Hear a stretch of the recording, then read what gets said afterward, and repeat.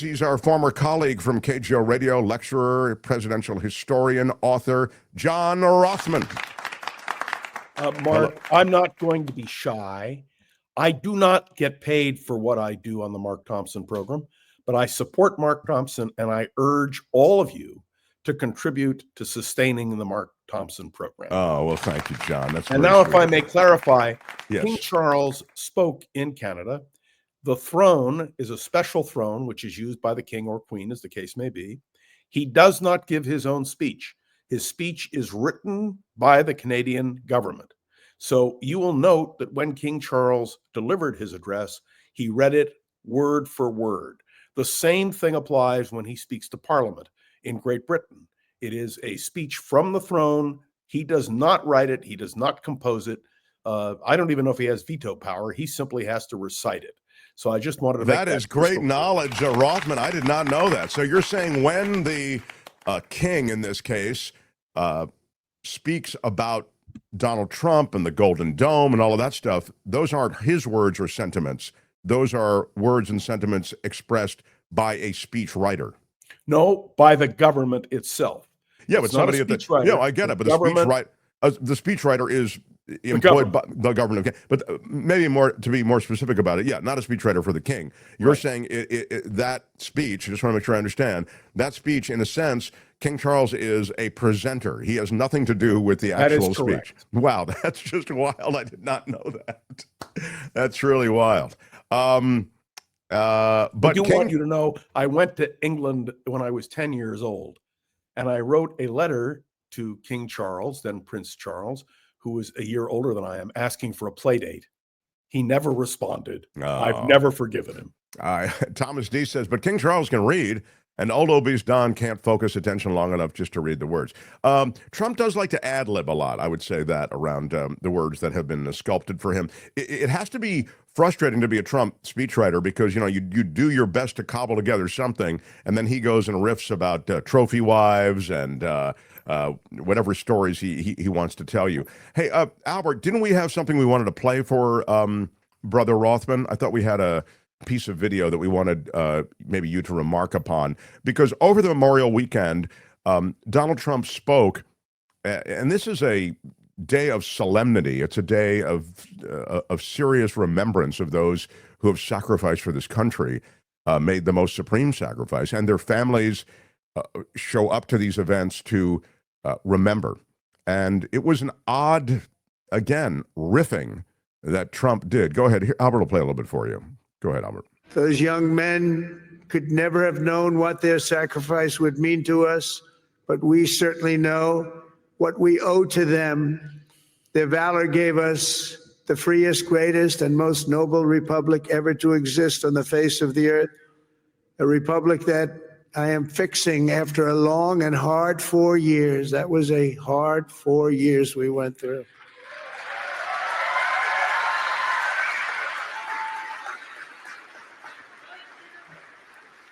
Who would let that happen?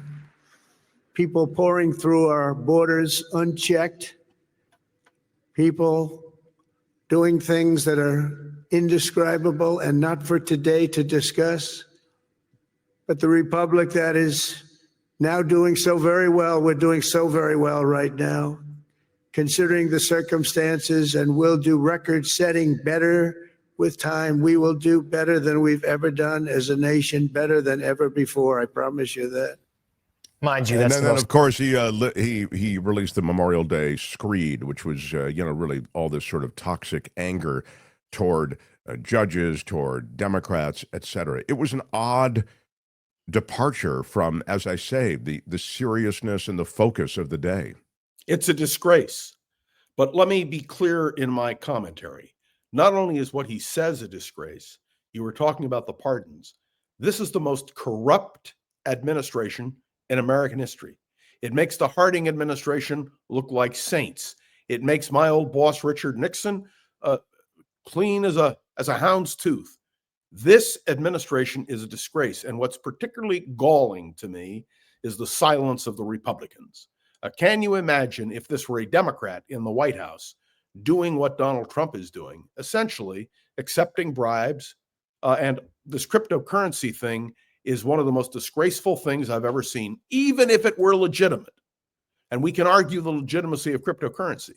The fact that the president is a pitchman, the fact that he could hold a dinner at Mar-a-Lago for all of these billionaires and they all dump money into his business is a disgrace. May I be so bold as to say, having been a student of the American presidency and the expert on impeachment on more programs than I can ever tell you, Donald Trump qualifies to be impeached and convicted for corruption. Well, I mean, not only does he not, are there not the votes to impeach, but they're not the votes even to push back even on his tariffs. I was making the point in the first half hour. You know, he doesn't really have any legal standing. He has to no legal impose standing, these tariffs, and that's going to court. And the question is, will the courts rule as they should rule that this is not within the power of a president of the United States? You and I have talked about the fact that when the tariffs were imposed in 1930, they were done by the Congress. It wasn't President Hoover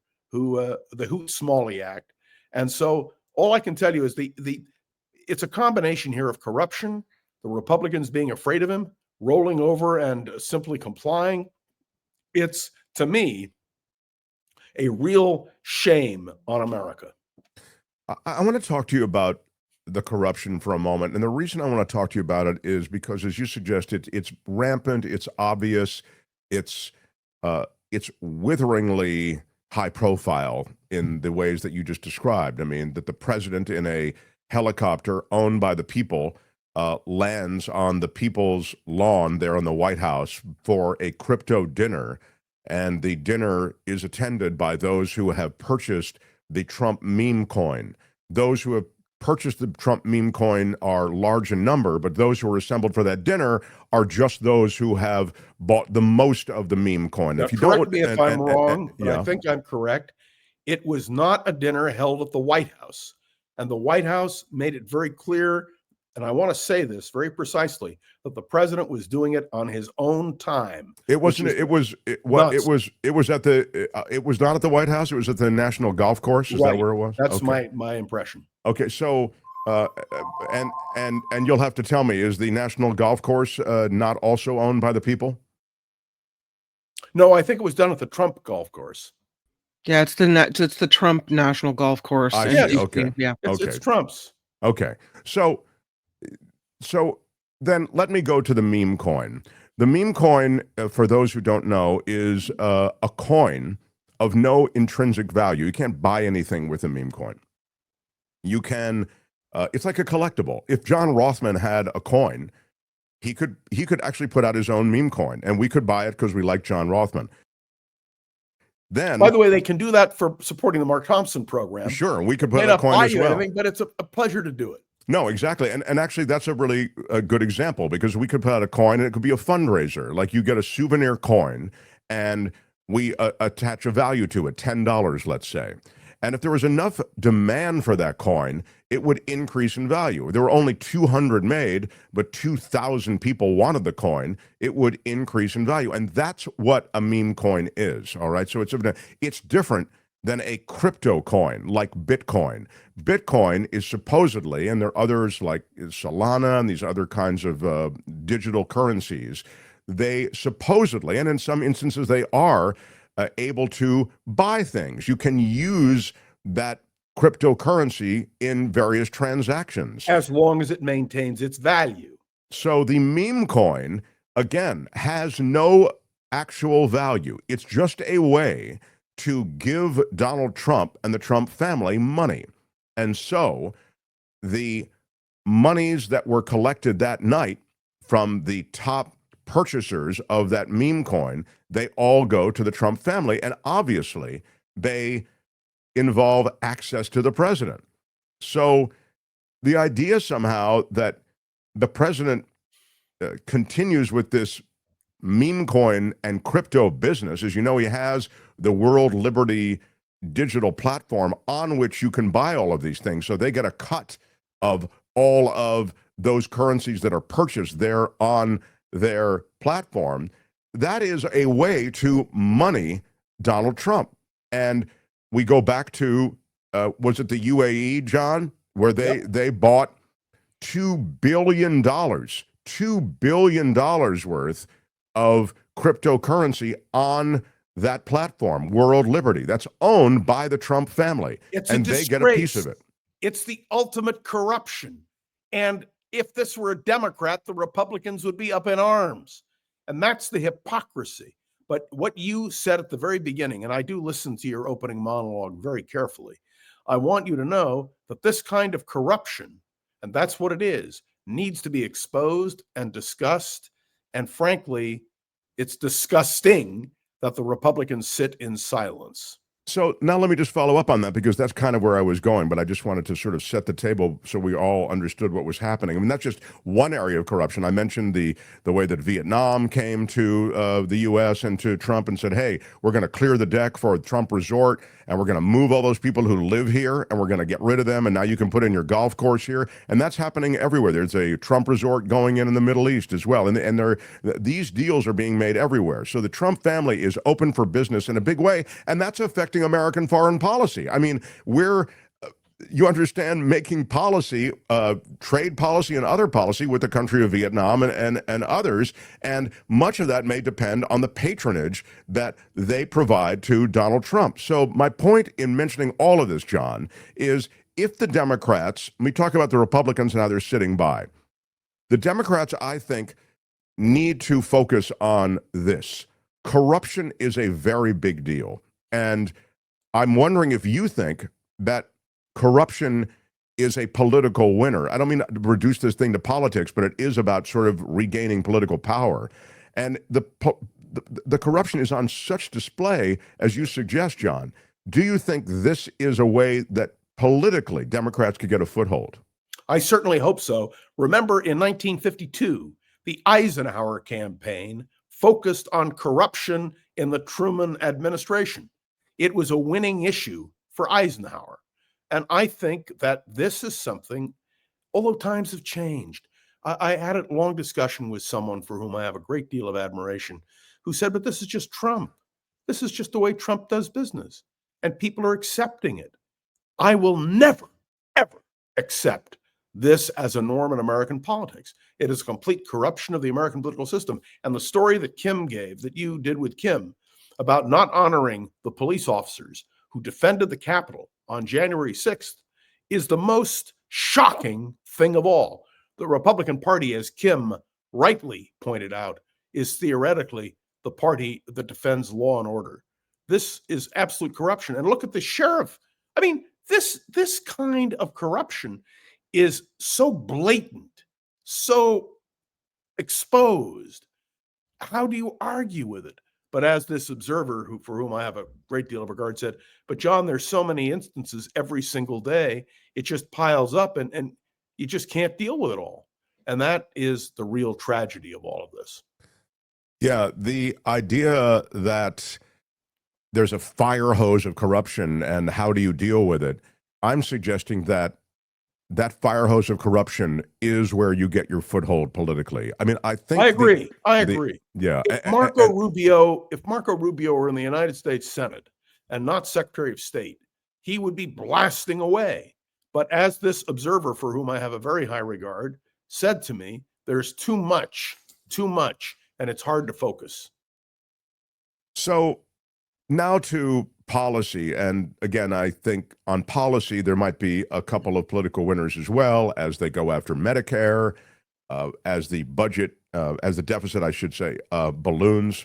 I wonder if you could speak to that and this big, beautiful bill thing as you see it. And I'll tell you a little bit of Musk here in a minute.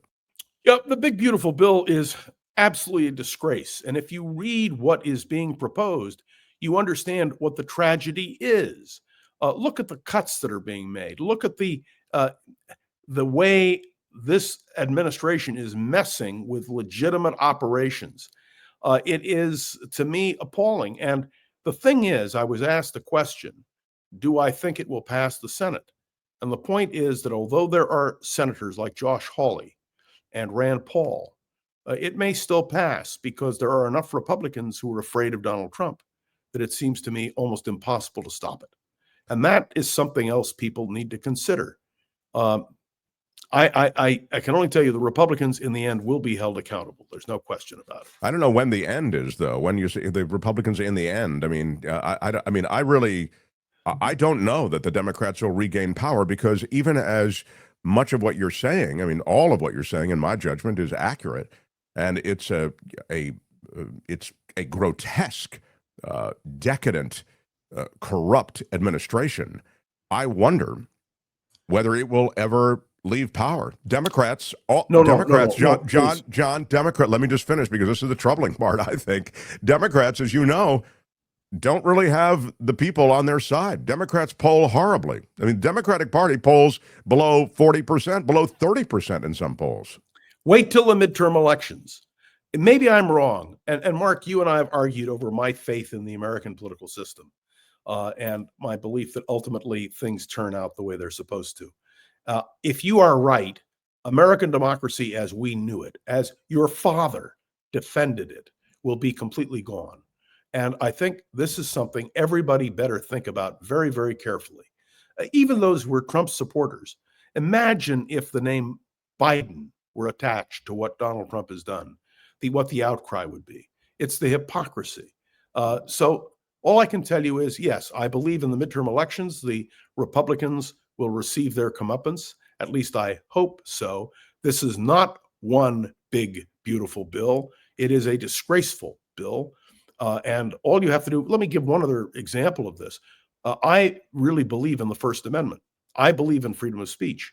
Many of you who listen to me on KGO and listen to my colleagues on KGO, including Mark, know we gave forums to people with whom we profoundly disagreed, because the point was freedom of speech. This president is attempting at Harvard University to silence people who have a perfect right to speak out.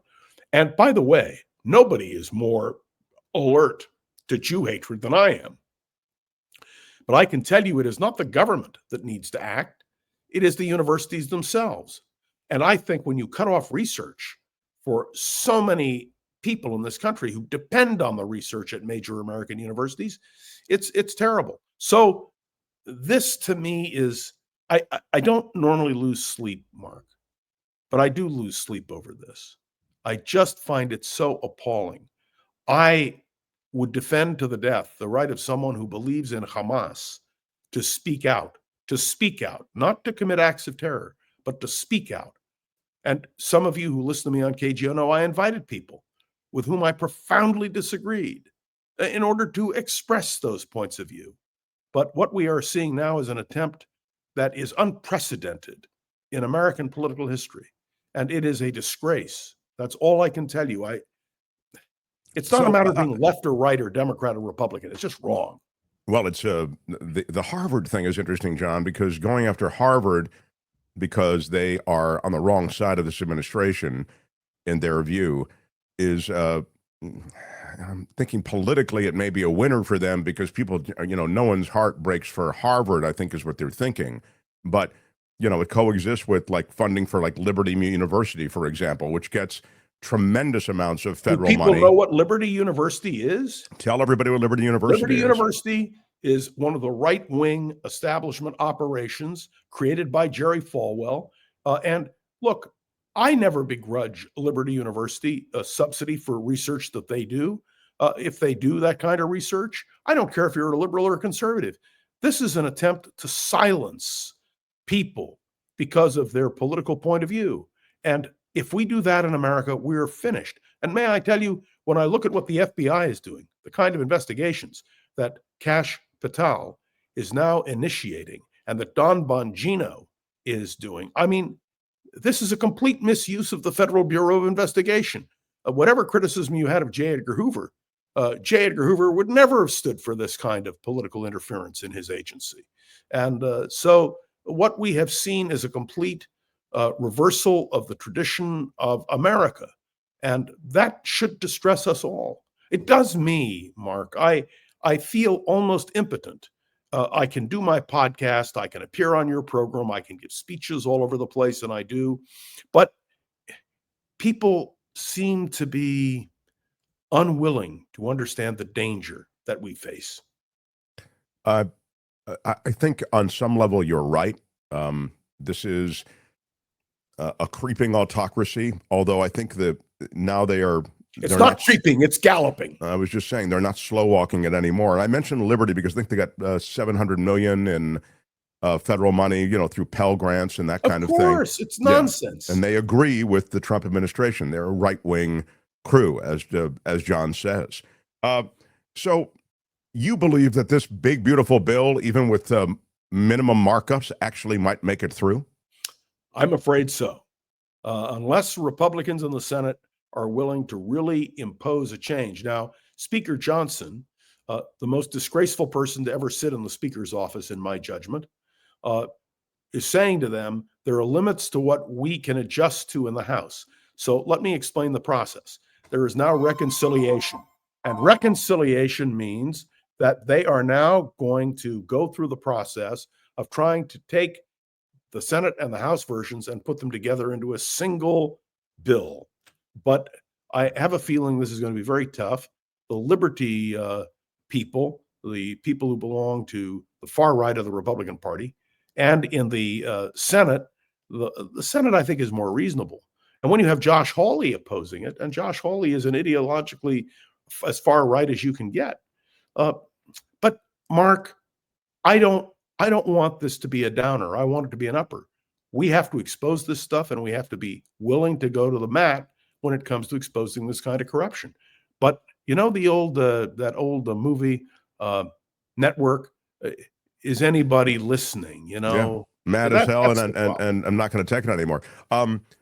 Play for Brother Rothmann the Musk clapback at Big Beautiful Bill. This is interesting.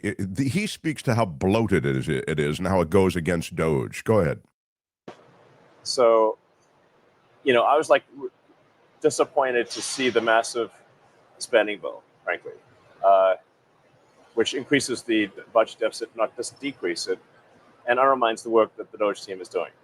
I actually thought that when this big, beautiful bill came along. I mean, everything he's done on Doge gets wiped out in the first year. I think a bill can be big or it can be beautiful, but I don't know if it can be both. My personal opinion. I mean, that is all pleasant and sweet. I think it's interesting that Musk sees himself as a guy who was trimming government. I saw him as a wrecking ball, reckless, taking advantage of the situation, going after government agencies that had either regulatory business with him, lawsuits with him, or already had fined him. I start at USAID, I go to EPA, I go to the IRS. All of those agencies had business with Elon Musk. And so those layoffs derailed everything that they were doing with Musk. Along the way, he picked up a bunch of additional government contracts. So please, Elon Musk is not some guy who was actually looking for waste, fraud, and abuse. It's corruption. There are systems, exactly, it is. There are systems within the government that look at waste, fraud, and abuse, right? The inspectors general do that. Who they fired. Exactly, who they fired. And the fact that they didn't touch the Pentagon, that should tell you everything you need to know about what a fraud Doge was. And so Pete Hegseth. And the last thing I will say is, still, having said all of that, it's interesting that Musk himself sees the stink on this bloated bill. So we'll have to see what happens. But Brother Rothmann feels it'll make it through with some modifications. Let me tell you, I don't know because I haven't seen the final version. But I can tell you that Donald Trump is saying to Republicans who oppose him, "You oppose me and I will get you." And that sends waves of fear. So let's see how it works in terms of the final outcome. This, by the way, Doge is a fake. It's a phony. It's not a government agency. It had no power at all. And may I say, that leads me to the point that Donald Trump has completely exceeded the legitimate powers of the presidency. Everything, Mark, in my judgment, will come down to two things. The Supreme Court, and I'm watching Amy Coney Barrett and Chief Justice Roberts, who are the swing votes, and then the election in November of next year. The American people, well, have to stand up, and the court has to stand up, and we really have a lot of work to do. It's interesting that Gordon points out Hegseth only cares about leakers. It's really true that the uh, administration he's put together has such immense fealty to him that they have just really closed it behind him. Right? Yes. They've And lockstep with him. Hegseth is completely unqualified. And look at the chaos in the Department of Defense. God forbid something should really happen. Oh, let me just point something out to you. One of the things that that was done by Doge is to gut FEMA. Well, if we have major catastrophes in this country over weather, not only is FEMA crippled, but NOAA, our weather alert system, is crippled. I mean, Mark, if I had written a novel that suggested what is happening and submitted it to my agent in New York and he'd submitted it to a publishing company, I would have been laughed out. Yeah, Nobody it's would so have believed extreme. it. I agree. It's cartoonish. CC Ryder says the USAID website has an IG section showing all the fraud that they have found over the years. Minor. You can download the report, she says. Doge is total BS. I sent it to MAGA family. Yeah,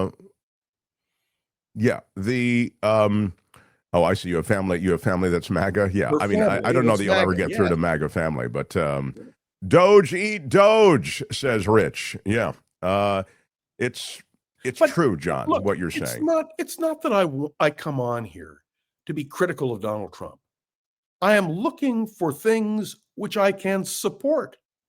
But when you run into these overwhelmingly corrupt actions by the President of the United States of America, and there's no outrage, we've come a long way from 1974 when Republicans were outraged by things that Richard Nixon did and stood up and said so. It's a big difference in the Republican Party. Well, what I'm getting from you at the end of this conversation, Rothman, is that Wait, we didn't talk about Iran. You're probably not going to go to the military parade for his birthday. Is that what you're telling me? I mean, I was going to look for you there, but I guess let me tell you, we could carpool to that. let me. It is a disgrace to spend money on a parade. By the way, the streets of Washington. I'm talking at this moment to a native Washingtonian. You and I know that when those tanks roll, no, they'll Washington destroy the streets. Are not prepared for this. Yeah, they'll destroy the streets. It's okay. So the military parade is just his despotic fever dream. Now tell me quickly about he wants to make this Iran nuclear deal. There was an Iran nuclear deal in place that Obama made. He dismantled it. Give me a few seconds on that, please. Very quickly, Donald Trump said to the Israelis this morning, to Benjamin Netanyahu, stay out of my way. I'm going to make a deal, and I don't want any interference. So one thing I will tell you for sure, if Israel, and I don't mean Benjamin Netanyahu, I mean the right and left in Israel, feel that this deal permits Iran to have a nuclear weapon, the Israelis will act with or without the United States. Remember that a single Hiroshima-type bomb dropped on Tel Aviv, this is a low-grade nuclear weapon, believe it or not, would eradicate the centers of power in Israel. So there's a lot of dissension in Israel about Benjamin Netanyahu, which we could talk about for hours. But when it comes to the threat of a nuclear bomb, there is no doubt. There is a writer by the name of Shlomo Nachtimon who wrote a book in the 80s called First Strike. And his first chapter is an imaginary nuclear hit by Iran on Israel. This is a real danger. Well, let me just drill down on this for a second, John. Sure. So, how would an Iran nuclear deal allow nuclear weapons to get into the hands of the Iranians? Wouldn't an Iran nuclear deal prescribe that, make sure that they couldn't? Wouldn't that be part of the? If you believe that the Iranians will abide by an agreement, and the one thing we learned from the previous agreement is they don't abide by it. That is why the United Nations agency dealing with nuclear regulatory powers has said Iran could, within a month, have nuclear weapons. That's because an agreement means only something when it's kept. And the question you have to pose is, does anybody trust the Iranian leaders to keep such a deal? The Israelis view it as an existential threat. And therefore, their position is, let's take a look at what you're going to produce before we decide. But if we don't like it, believe me, they will act. They have to. I mean, it's very simple. The Israelis learned a lesson from Hamas, backed by Iran, and from Hezbollah, backed by Iran. And that is that the aim is not a deal with Israel, but the destruction of Israel. And it may sound extreme, but that is their position. The Grand Ayatollah just gave a talk in which he said his goal is the elimination of the Zionist entity. He Well, just did it this week. that's the rhetoric. I don't mean to diminish it, but that's the rhetoric that they serve up, kind of boilerplate rhetoric like That that. is correct. But you said something that intrigues me. Was there evidence that the existing Iran deal that was made, the Iran nuclear deal under Obama, was being violated by Iran? Yes. All you have to do is take a look at the United Nations report. All right. Well, then. And by the way, that's a UN report, not a report from Israel. Right. It's from the IAEA, which is the UN agency involved in all of this. I wanted to see if there was anything for you. Wait. We didn't touch on the potential for a third world war. Oh, my God, John. I can't keep you on all day, although I'd like to because I can barely speak because I've got this horrible cold. You can find John across the universe at Around the World, Around the Political World with John Rothman. It's a daily podcast. Find it, hear it. What is it? And it's free. It's 10 minutes long, or how long is it? 10 minutes, and it's free. You can also hear me talking about local San Francisco issues on the Voice of San Francisco. Just go to the podcast section. Again, 10 minutes every day, Monday through Friday. And the problem is there isn't enough time. That's the voicesf.org. He is our brother, John Rothman. Thanks, John. Thanks, Mark. And feel better. Feel better. Thank you, pal. And write a check, ladies and gentlemen. Hi, it's Mark, and I thought that was great.